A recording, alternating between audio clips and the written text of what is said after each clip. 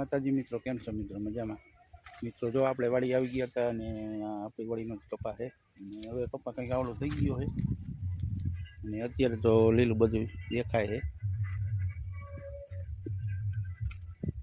તો આપણે કપાને એક પાણ પાઈ દીધું, વરસાદનો ડૂકો પડ્યો એટલે છે. કારેલીનો વેલો એક છે, કારેલા વીણી લીધા છે.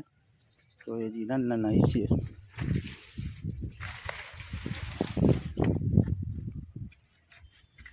આ દેશી કારેલા છે, જો આ ટાઈપના કારેલા છે, તોડી લીધા છે અને જો આ નાના નાના કારેલા લાગે છે. બધી કારેલા તો થઈ ગયા છે. જો ભેંસોનું પરાર બેસી ગયો, ઊંચું ઘણું બધું હતું અને આ વાલોરનો એક શાક કર્યો છે. ને આ તરફ કપા છે. આપણે વાલોર હમણાં જ વાવી હતી, આ વરસાદ થયો હાથમ માથે ત્યારે વાવી હતી. ને કપાનો હવે રંગ આવ્યો, પણ હવે જો વરસાદનો રંગ આવતો જાય. આમ વાદળા સડ્યા છે અને થોડોક ગાજતો આવે એવું દેખાય છે.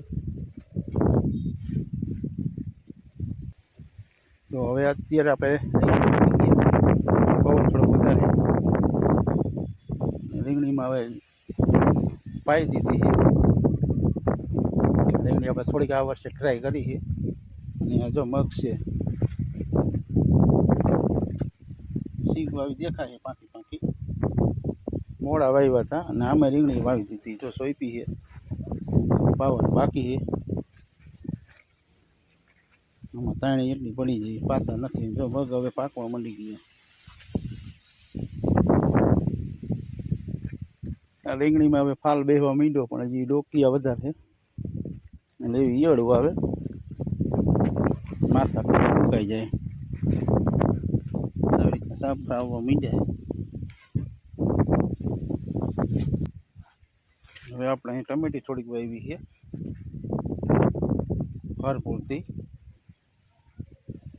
અહીંયા મરચીના થોડાક છોડ ને મરચી આવડી આવડી થઈ હતી. આપણે જારમાં આવી ગયા છે અને વાળીના ઉપલા સેટ જ આવી ગયા છે. આ પણ આપણો જ કપા છે, પણ આલી બાજુ થોડો કપા વાવ્યો છે અને ઓલી બાજુ વધારે કપા છે. અને અહીંયા કુંડી છે અને આપણે જો ડેલો અમે દેખાય, ડેલા અહીંયા કપા તો એ આપણે જ વાવેલો હતો. આલી બાજુ જાહેર વાવી એ આપણી જ છે. અને હવે જો કપામાં ફાલ જ આવી ગયો છે, વરસાદ કેવો થવા દે.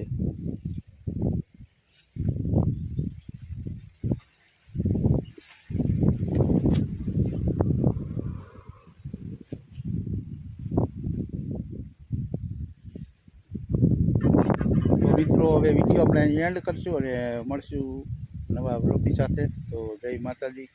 અને આ વાડીનો વ્યૂ આવો હતો અત્યારનો, તો આપણે કીધું નાનો એવો વિડીયો બનાવી અને તમારા સુધી પહોંચાડીશ. તો ચેનલમાં નવો લાઈક શેર અને સબસ્ક્રાઈબ ન કર્યું તો કરી નાખજો. અને ફરી મળીશું ક્યારેક નવો વિડીયો બનાવશું ત્યારે. જય માતાજી ને તમારો બધાનો દિવસ શુભ રહે.